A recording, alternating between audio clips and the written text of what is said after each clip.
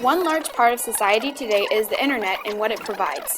When it became such a huge part of the general public's lifestyle, it drastically improved research, entertainment, education, communication, shopping, and sharing ideas.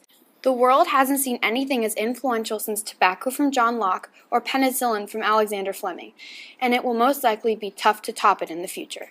But the internet has come with as many negatives as there have been positives, like hacking, cyberbullying, identity theft, and less than legal activity hidden by deleted history and anonymous browsing. We asked various people what the first word they thought of when they heard the word internet. What's one word when you think of the internet? Waste of time. Information. Google. Educational. One word when you think of the internet. Social networks. Trouble. YouTube. Interesting. Johannes. For me, the internet is grown to be like a big part of my life, and I use it every day. And of course, there have been like positives and negatives. The negatives tend to come from interacting with other people. I think it's just because people are meant to be interacted with like in real life, not in the internet. But on the positive side, I've been able to get a lot of my life. A lot of my life has been productive because of the internet, and I've gotten things done, including schoolwork and outside of that. Socially, it's been great because I can keep in touch with people from all over the world. I studied abroad in Ghana, and I'm still friends on Facebook with students in Ghana. I moved from the East Coast, so even though I'm across the country, I can still see what all my friends are doing via their Instagram photos and Facebook.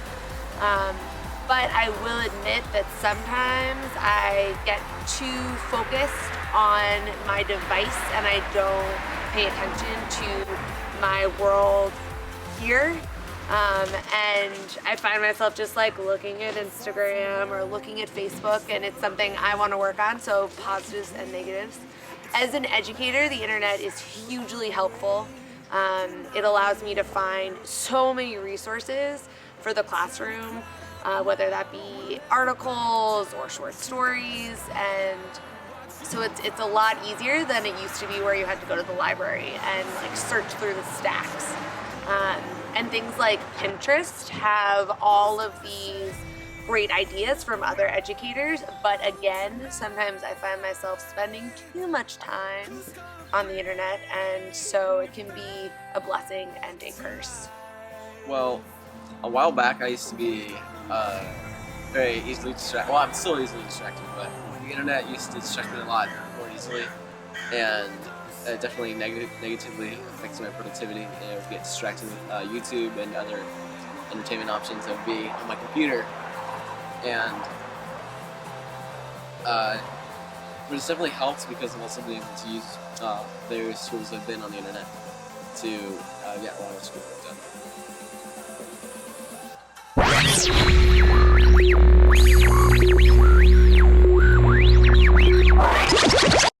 Free internet, yeah. Free internet, open web. It's what we used to call the internet of the web. A couple different things. I start out first with open standards.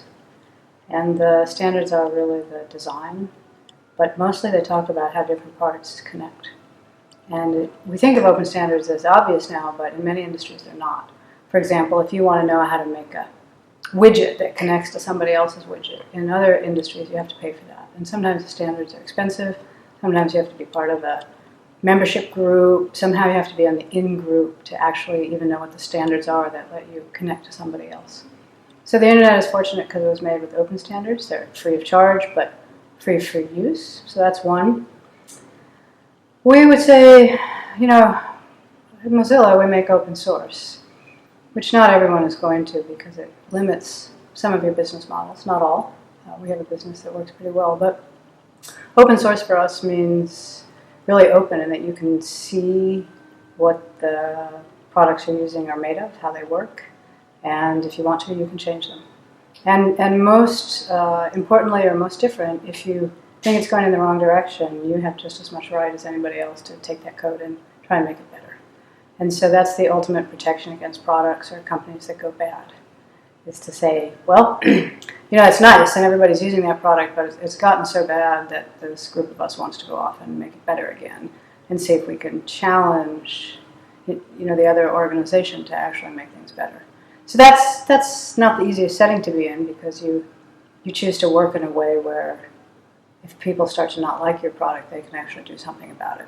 And that's different. Of course, we could all stop using a product, but that's hard. Once you're really connected to something through the network or through the internet, it's hard to just stop using it. So that's a degree of freedom that we at Mozilla try to build. That's actually why we're a nonprofit, is so we can build that level of freedom and not always have to have the quarterly financial results. Not everyone does that, but we think that's an important part, so that's why I try to build that part. Another part I would say is for consumers, for citizens, the ability to get at your data, the ability to get it out of some system, the ability to be able to use it for how you want to be able to use it. And we'd also say with the web, you can get anywhere from anywhere, and that's a big part of the open internet. In its design, I can be anywhere in the world and I can be using any kind of machine, and I don't need anybody's permission to connect.